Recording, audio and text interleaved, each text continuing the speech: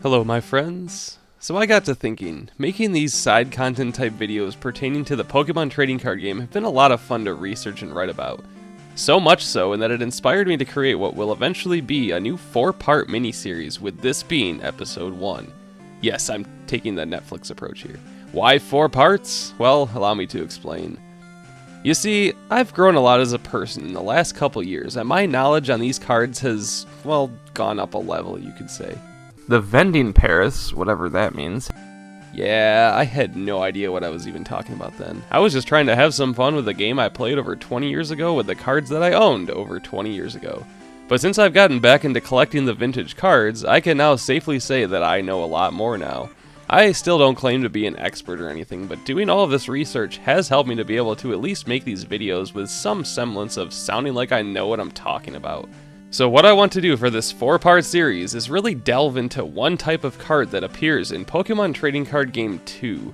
These aren't widely known cards in that they are Japanese only, but they really have some cool ideas. And if you read the title of the video, you know I'm talking about the vending machine cards, or how they were known in Japan, expansion sheet cards.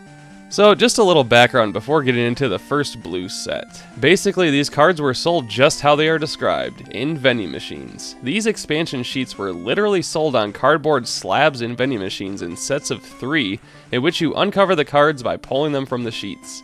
They were kind of like 3-card booster packs combined with, I don't know, the McDonald's Monopoly game? It's a pretty cool idea, and really a shame that we never got the English versions of them here. I feel like they would have been all the rage back then. Vending machine stalkers would have been getting their overtime hours in. These sheets also came with damage counters and coins as well, and some pretty cool artwork on the back. I think they're pretty sweet. But the reason I wanted to talk about these is that these vending cards are prevalent in the Japanese-only Pokemon Trading Card Game 2 for the Game Boy Color, also known as Pokemon Card GB2, Here Comes Team GR, and other variations of the name. I've now done 3 challenges on this game with Paraspectre only, Sandslash only, and Ice type only videos. Each one did have me using at least one vending card, and I raved about how good the Paraspectre one is in that video. So essentially, I want to look at all of these vending expansion cards, because they could use some more recognition. And the reason I'm breaking this down into a 4-part miniseries is simply because these sheets were released in 3 different series: blue, red, and green. Such random colors to pick for Gen 1 Pokemon cards, I can't figure it out. So now you're probably thinking, Paraspectre, those are only 3 colors. Did you misspeak again by saying there will be 4 videos? So naive. Well, basically, there are 12 vending cards that did not appear in the Game Boy Color game. So because it was so many, I figured I'd turn that into its own video, because there are most likely reasons for these not to be there. Therefore, because of this, I will be skipping over these cards as I discuss the different sheet expansions. The ones I'll be covering in the blue, red, and green parts are cards that appear in Pokemon Trading Card Game 2.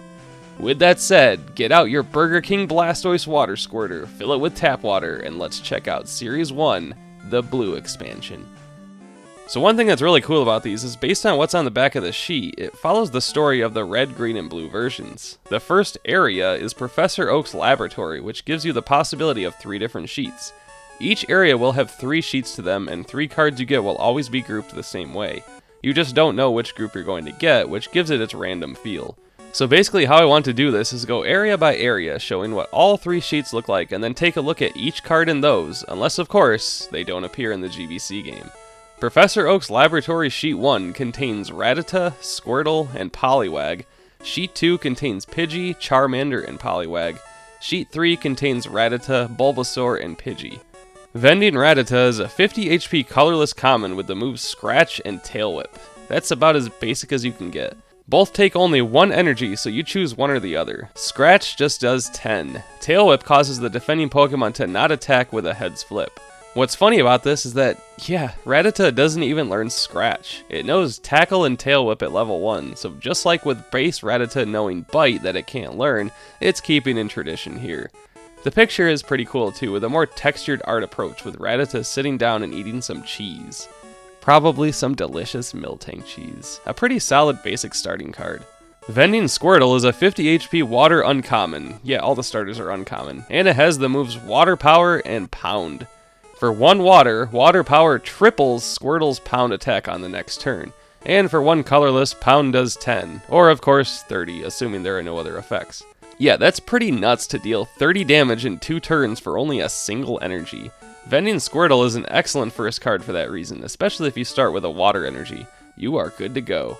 And another textured style artwork of Squirtle on the side of a path. Vending Poliwag is a 50 HP water common with the move Bubble. For 1 water, Bubble does 10 and paralyzes with a heads flip. Really not a whole lot to this one. It's a lot like base set Squirtle, just with 10 more HP. And it doesn't have Withdraw. And it has a grass weakness, and okay, basically just Bubble is the same. I like the artwork here too with Poliwag in focus, but everything else is blurred. Vending Pidgey is a 50 HP colorless common with the moves Gust and Quick Attack. For 1 colorless, Gust does 10. For 2 colorless, Quick Attack does 10, and with a heads flip, 20 more. Yeah, Vending Pidgey really isn't half bad. I certainly have faced this card in the game, and it was a nightmare using Sandshrew and Sandslash against it. The artwork is also kinda like another painting, although Pidgey really doesn't take up much space on the card. Vending Charmander is a 50 HP fire uncommon with the moves Growl and Flame Tail. For 1 colorless, Growl lessens your opponent's next attack by 10. For 2 fire, Flame Tail does 30. I like this one. Growl is a good setup move to limit the damage Charmander takes, if any, to hopefully set up a turn 2 Flame Tail for simple damage. And for me, the artwork here is okay.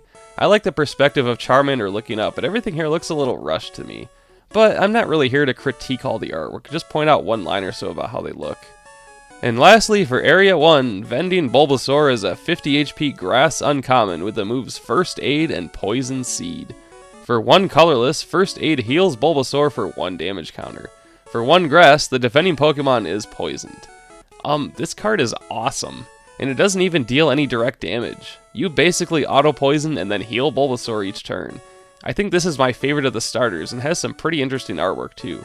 Bulbasaur is in some lab holding a Pokeball with test tubes and beakers and a Pokedex all around in the back. Is Bulbasaur doing tests on the Pokedex, or is there something sinister going on? I don't know, but I'm a fan of this card. Area 2 is Viridian Forest. Viridian Forest Sheet 4 contains Caterpie, Metapod, and Kakuna. Sheet 5 contains Weedle, Mr. Mime, and Kakuna? What? And Sheet 6 contains Weedle, Pikachu, and Caterpie. Vending Caterpie is not in the game. See Part 4. Vending Metapod is a 70 HP grass uncommon with the move Mysterious Powder and has the Pokemon power Green Shield. Green Shield is whenever Metapod is in play, all of your grass Pokemon lose their weakness unless Metapod has a status condition. For 2 grass, Mysterious Powder does 20 and confuses with a heads flip. And here we go again with the Cocoon Pokemon being much better than they ever need to be. I've said this before, but I think making Metapod and Kakuna good cards is a mistake. They're just supposed to raise defense and maybe tackle or something until they evolve in a short time. Then make Butterfree and Beedrill good.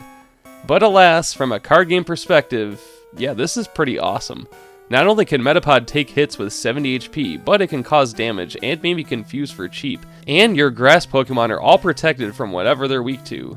In certain circumstances, you may not want to ever evolve it into Butterfree and just leave it on the bench. I really like this artwork too. Metapod is either jumping or falling or hanging among some trees. Vending Kakuna is a 60 HP grass common with the move Rollout and has the Pokemon power of Poison Fluid. Yeah, weird that Metapod is uncommon and Kakuna is common. Rollout simply does 10 with 1 colorless. It's cool seeing another move here that later becomes a main game move. Rollout was introduced in Gen 2, not long after this card's release, although Kakuna definitely can't learn it, and it's a bit more complicated than a simple 10 damage move. It's exactly the same as Tackle or Pound here. Poison Fluid is if Kakuna is damaged, even knocked out, the defending Pokemon is now poisoned, unless Kakuna has a status condition. So again, it's like with certain Pokemon having abilities from Gen 3 on that can cause poison when dealt physical damage. Vending Kakuna is all about laying groundwork for future main game mechanics. The artwork is just Kakuna on a tree, not much to it. Overall, a pretty cool card, as I love auto poisons. Vending Weedle is a 50 HP grass common with the moves Peck and Poison Horn. For 1 colorless, Peck does 10. Yeah, they gave Weedle Peck here, that's so weird.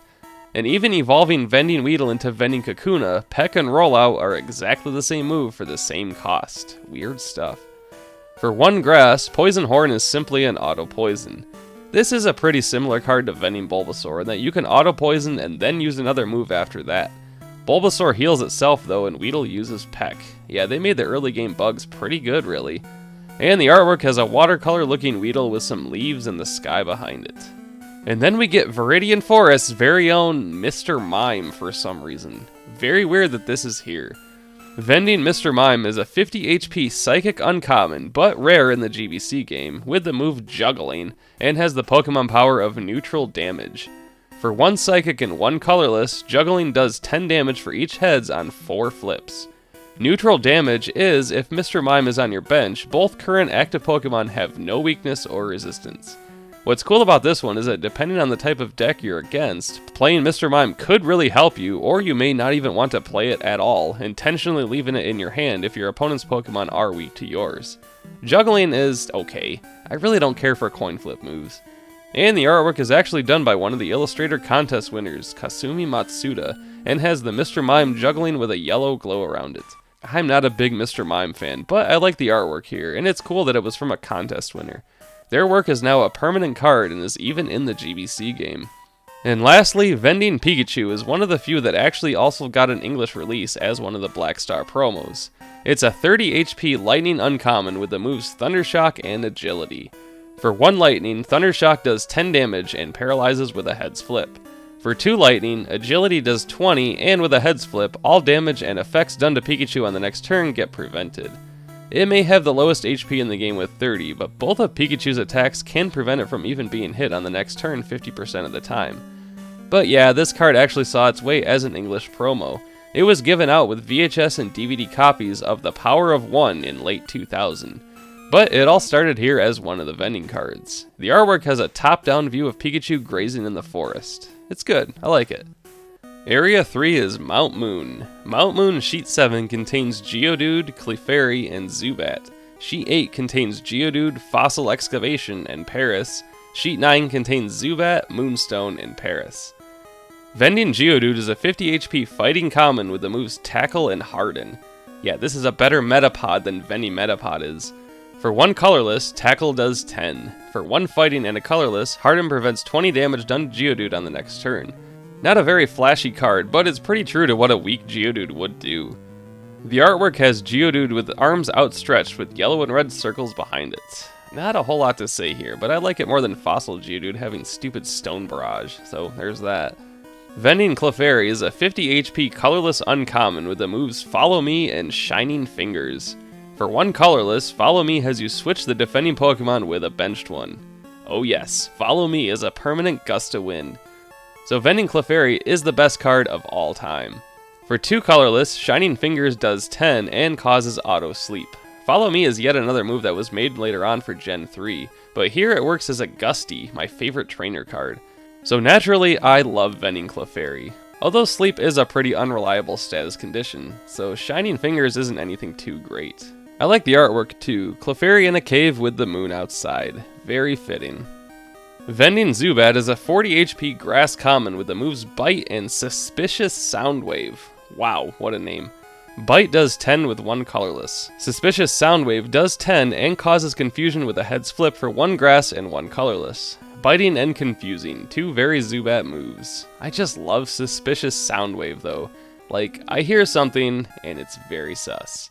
I love this artwork too. 5 Zubat in a cave, almost in the style of Starry Night or something.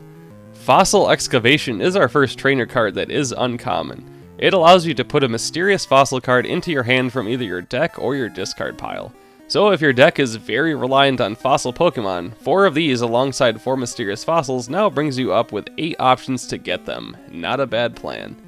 Then we have my Shroom Boy Paris, who I am all too familiar with. Vending Paris is a 50 HP grass common with the moves Scratch and Scatter Spores. For 1 colorless, Scratch does 10. Just like Tackle, Bite, Rollout, Peck, yeah, they're all the same. For 1 grass, Scatter Spores allows you to put a Paris from your deck onto your bench. The perfect move for bringing on that Mushroom Onslaught army. Yeah, I certainly had some Vending Paris cards in my Parasect only challenge, and this is a great one for bringing more to the bench. Not super flashy though, and I tended to use the Jungle Paris one more often. Still a cool setup card. And the artwork has Paris in front of a blue-green background. And the last Mount Moon one is our first full-on rare if you don't count in-game Mr. Mime. Moonstone has you search your deck for any colorless evolution Pokemon to put in your hand. Not exactly true to what a Moonstone does, but it's quite a good trainer card. I personally would have been satisfied if it only allowed you to search for Wigglytuff, Clefable, Nidoking, and Nidoqueen, but now you can use a Moonstone to get a Fearow too if you want. This Moonstone cannot help you get Nidoking or Nidoqueen, so that's a bummer. Area 4 has us at the Safari Zone already, yikes. Safari Zone Sheet 10 contains Pinsir, Doduo, and Nidoran Male. Sheet 11 contains Nidoran Female, Doduo, and Lickitung. Sheet 12 contains Chansey, Nidoran Female, and Nidoran Male.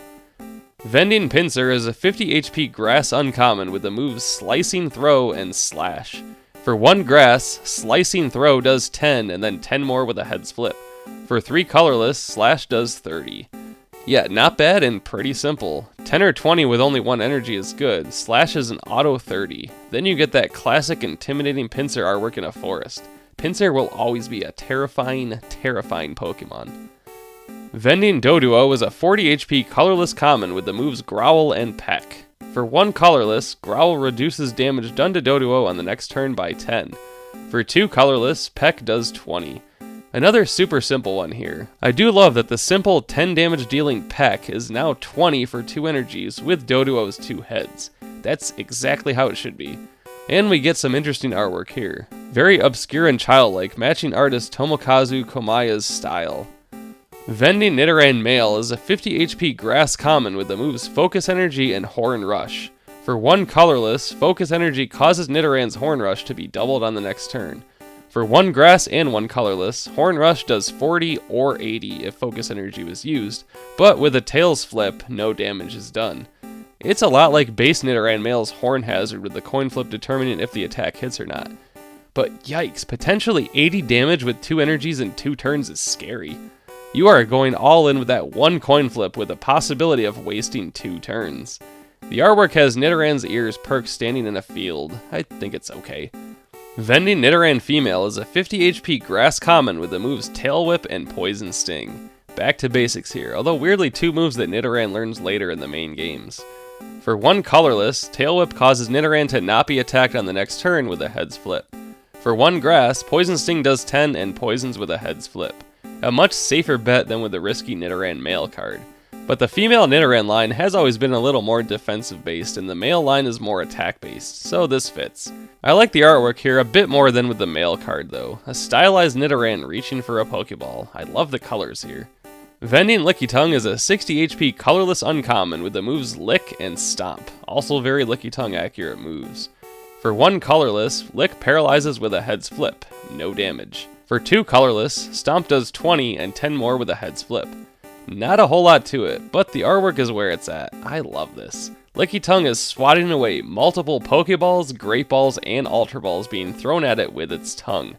Someone or multiple someones really wants this Lickitung, and it's just like, yeah, no. A very pro-Pokemon freedom message here. Vending Chansey is a 100 HP colorless uncommon with the moves Sing and Double Slap. I like when these cards are both using the existing moves that the Pokemon learn and the crazy sounding ones like Suspicious Soundwave. For 1 colorless, Sing puts the defending Pokemon to sleep with a heads flip. For 3 colorless, Double Slap does 20 for each heads on 2 flips. Now this is much more true to how Chansey should be than with a base set one. I spoke of this in my Things That Bother Me video, in that base Chansey doing 80 damage with Double Edge is so not what Chansey is known for with how absolutely low its attack really is. Chansey is known for crazy high HP and no attack, so at least this is better. 100 HP and either dealing 0, 20, or 40 damage with the option of singing. A step in the right direction at least. And we have the childlike artwork style here with Chansey sitting next to some eggs. It's just so happy. 2 more areas to go. Next is Cerulean Cave number 1. Wow, that's literally the post-game area from Red, Green, Blue, and Yellow, but okay, let's go there next. Cerulean Cave's number 1's Sheet 13 has Rapidash, Golbat, and Dodrio. Sheet 14 has Parasect, Golbat, and Wigglytuff, and Sheet 15 has Parasect, Mewtwo, and Dodrio. But now I get it. It was about time to start introducing some evolved forms, that's why. Vending Rapidash is a 60 HP fire uncommon with the moves Flame Inferno and Kick Away. For 1 fire, Flame Inferno does 10 damage and 20 more for each fire energy you choose to discard from Rapidash up to 2. For 2 colorless, Kick Away does 20 and your opponent switches their Pokemon with a benched one, basically like Whirlwind. I feel like it isn't common for the first attack to be type-based and the second one to be colorless, but it works for Rapidash. Fire attacks are usually about discarding energies, and this one sticks to that theme. It's also weird that we won't see Vending Ponyta until Series 3, though. For the artwork, it's Rapidash just walking on what looks like turf as it's looking at you like, what? Vending Golbat is a 50 HP grass common, weirdly enough, but an uncommon on the GBC, with the moves Leech Life and Nosedive. For 2 grass and a colorless, Leech Life does 20 and then Golbat gets healed for the same damage it dealt. A lot like Fossil, Zubat, and Golbat. For 1 grass and 3 colorless, Nosedive does 60 and Golbat takes 40 damage with a Tails Flip. And with only 50 HP, Golbat probably won't be around for too long. It's almost like a self-destruct type move. The artwork is pretty basic too, a close-up of Golbat flying in a cave with its mouth taking up like a fourth of the picture. I like it though. Vending Dodrio was a 60 HP colorless common, yeah, another evolved common, but also uncommon on the GBC with the moves Smash Kick and Tri Attack. For 1 colorless, Smash Kick just does 20. For 3 colorless, Tri Attack does 20 for each heads on 3 flips. So you either take the auto 20 or chance 0 to 60 damage. The artwork is cool too. Dodrio is sprinting right at you with each head getting closer. Now, I would like to take a second to really emphasize the importance of this next one. I want everyone to sit back and take a deep breath, exhaling for 5 seconds. It's time to shine the spotlight on the ultimate Shroom Boy itself, Vending Parasect. Vending Parasect is a 60 HP grass common, can you believe that, but is an uncommon on the GBC. It has the moves Toxic Spore and Leech Life. For 2 grass, Toxic Spore does 10 and auto poisons. For 2 grass and a colorless, Leech Life does 20 and heals Parasect the same damage dealt. Yeah, I'm not really trying to over-exaggerate how good I think this card is just because of my bias. Just watch my challenge for yourself. This thing dominated so many matches because of its auto poison and then healing each turn.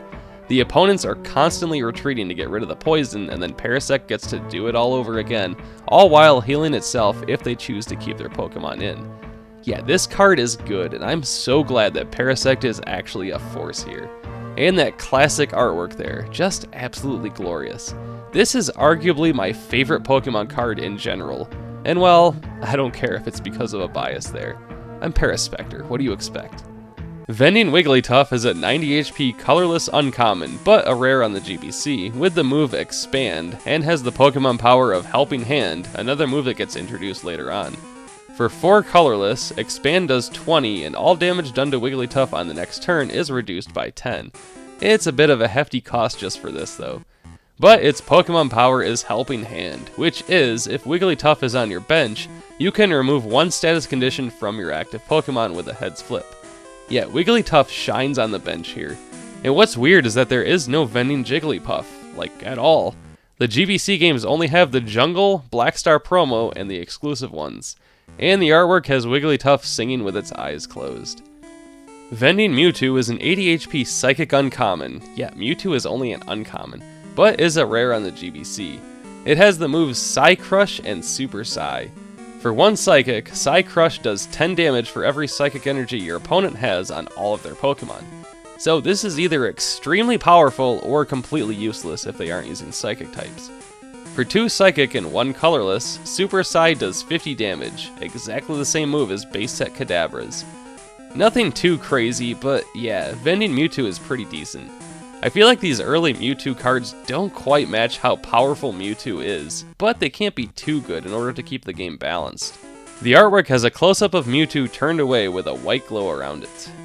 And finally, we are at our last area in the Blue Series, Celadon City. Celadon City Sheet 16 has Snorlax, Abra, and Eevee.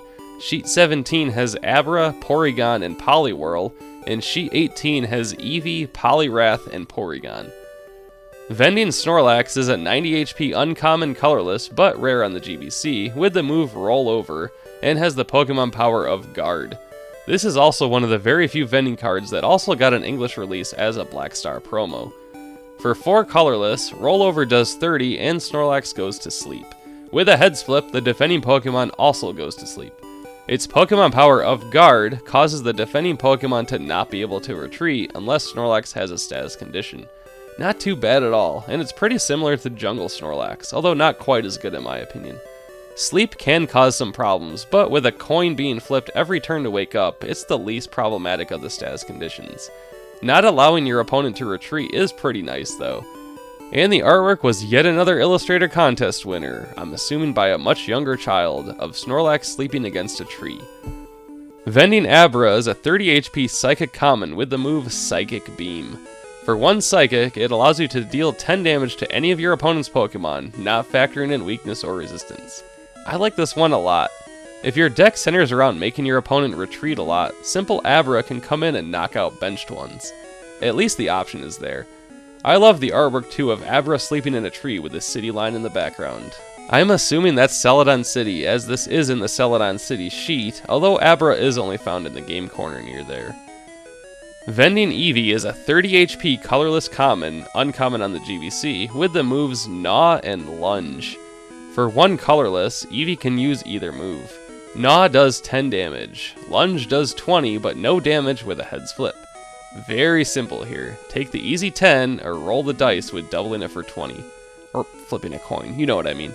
Nothing flashy whatsoever, but you're most likely using Eevee in the deck to evolve it. The artwork is pretty nice too. Eevee is on a table in front of a chair and window curtain. I've always said Eevee would be the most ideal Pokemon to have as a pet, and well, there you go. Proof. Vending Porygon is a 40 HP colorless common, uncommon on the GBC, with the moves 3D Attack and Conversion 2. For 1 colorless, 3D Attack does 10 damage for each heads on 3 flips. That's not too bad for a single any energy. For 2 colorless, Conversion 2 has you change Porygon's resistance to any type. This is exactly the same move as base Porygon, except this one now can actually deal damage while that one could not. By potentially stopping 30 damage every turn here, Vending Porygon could cause some serious problems for your opponent. Relying on coin flip luck kinda sucks, but having that along with Conversion 2 is actually a great combo. Porygon cannot resist colorless though, so that would hinder its strategy there.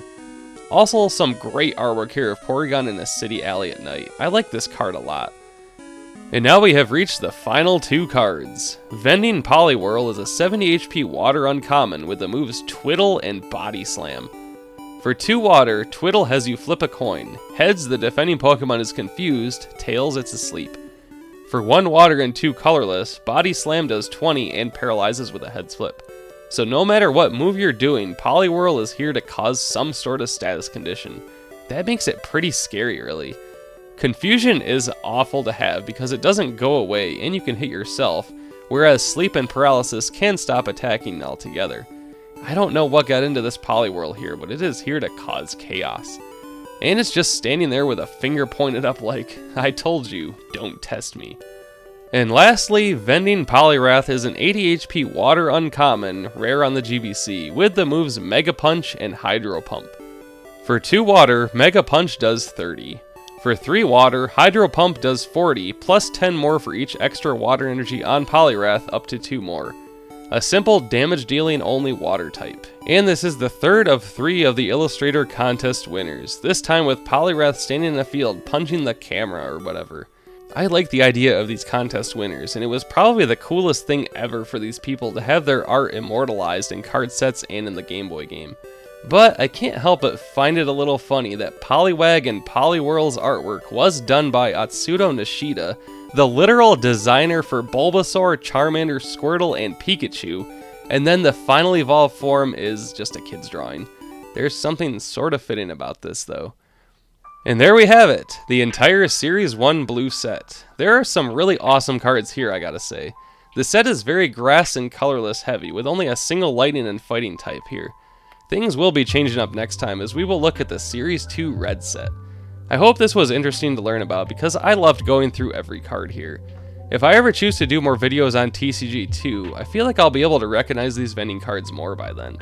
I would love to get some of these sheets someday, but I would absolutely want to open them. It's too tempting not to. As usual, a huge thank you to all of my Patreon supporters here with their designated base set cards. The list won't be getting to the vending cards since they were Japan only, but hey, maybe we'll eventually get to the jungle or fossil sets someday. If you'd like to get your own Paraspectre authorized virtual card, check out patreon.com/Paraspectre. And if you have no interest in that, then that's okay too. Check out all of my other retro TCG content, and I'll see you all next time for the Series 2 Red Set. Paraspectre will return.